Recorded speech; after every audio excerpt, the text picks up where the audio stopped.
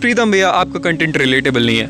That is true because I am a story teller, but you know what, changes जरूरी हैं। So welcome, ये है मेरी कहानी जहाँ पे मैंने अपने पहले 1000 रुपीज बनाए। कैसे, वो बताता हूँ। फिर वही घिसी पिटी कहानी नहीं, कुछ रिलेटेबल बताता हूँ। देखो, मैं एक 18 साल का लड़का हूँ और जब मैं इसे अपलोड करूंगा शायद 19 का हो जाऊं। मैं और मेरी मेजॉरिटी ऑफ द ऑडियंस उस एज में है जहां पे हमें पैसे मांगने में शर्म आती है। And it's very common, we see ourselves as liability, right? क्योंकि हम इस वक्त एक ट्रांजिशन फेज से गुजर रहे हैं। 11th-12th में हम एकदम चिल्ड थे एंड नाउ हम कॉलेज में आ रहे हैं and then we see our expenses and we are like fuck. And then ये सब चीजें देख के आपको लगता है कि चलो अपने पर्सनल एक्सपेंसेस तो कहीं से निकाल लेते हैं, ठीक है? And this is what made me do something that I never wanted to do. हाँ, मैं तुम्हें कुछ चीजें बताऊंगा जो तुम्हें नहीं करनी है क्योंकि वो मैंने कर रखी है। यू सी, तुम स्पाइडरमैन हो, मैं आयरन मैन हूँ। गलती करना मेरा काम है, तुम्हारा नहीं। Okay, back to the story. Relatable लगने लगा? क्यों हमें पैसे कमाने हैं? देखो, ऑलमोस्ट 6 साल हो गया मुझे इस कम्युनिटी के अंदर,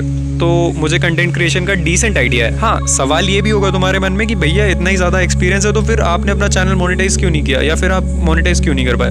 वेल, द आंसर इज कि मैं कोई पर्टिकुलर नीश पकड़ के नहीं बनाया वीडियोस। आज से 1 महीने पहले सिचुएशन ऐसी थी कि हमने इतना सारा काम किया यूट्यूब पे बट हमारे पास 1 रुपया भी नहीं आया।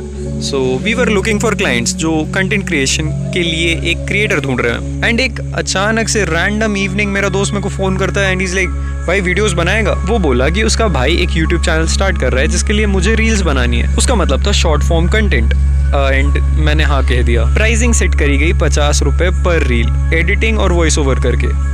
यहीं पे एक गलती हो गई मुझसे जो कि मैं तुम्हें आगे जाके बताऊंगा कैसे करेक्ट करनी है। मैंने उनके लिए 14 प्रोजेक्ट्स बनाए एंड 70 से मल्टीप्लाई कर लेना, उतना पैसा आ गया मेरे पास। ठीक है, it's decent, 980 rupees I guess, which looks nice, मेरे पोर्टफोलियो के लिए बहुत अच्छा है। बट अगर आप इसके कॉन्सिक्वेंसेस देखें तो क्या क्या नुकसान हुआ है। मैंने उनके प्रोजेक्ट्स बनाने के चक्कर में अपना पेज डुबा दिया। मेरी ऑलमोस्ट 1 मिलियन की रीच जो थी वो अब 3 लाख की बची थी। मैंने फाइवर पर अकाउंट बनाया, मुझे कोई भी क्लाइंट नहीं आया। ठीक है, मैंने लिंक्डइन पे अकाउंट बनाया, बहुत सारे स्टार्टअप्स को मैसेजेस किया, रिप्लाई वहां से भी नहीं आया। मैंने इंस्टाग्राम पे कई क्रिएटर्स को मैसेज किया, वहां से भी रिप्लाई नहीं आया। इनफैक्ट मैंने अपने शहर के मेयर तक को मैसेज कर दिया था। देन मेरा एक और दोस्त है, वो मेरे को फोन करता है एंड ही इज लाइक, भाई एक दोस्त है मेरा जो एक सैंपल मांग रहा है, छोटा सा सैंपल होगा, उसके 100 रुपए देगा। पुराने वीडियो का एक सैंपल उठाया एंड भेज दिया, मिल गया 100 रुपए। That's easy money. अब समझे, मैंने 1000 रुपए 1 महीने के अंदर बना दिए, but that was ridiculous. Time for those things जो मैं तुम्हें बताना चाहता था। मतलब टिप्स की बारी है। Tip number 1, know your worth. मतलब आपका कंटेंट जितना इंपॉर्टेंट है उतना ज्यादा इंपॉर्टेंट ये भी है कि आप अपने कंटेंट की वैल्यू जानते हैं कि नहीं। In short,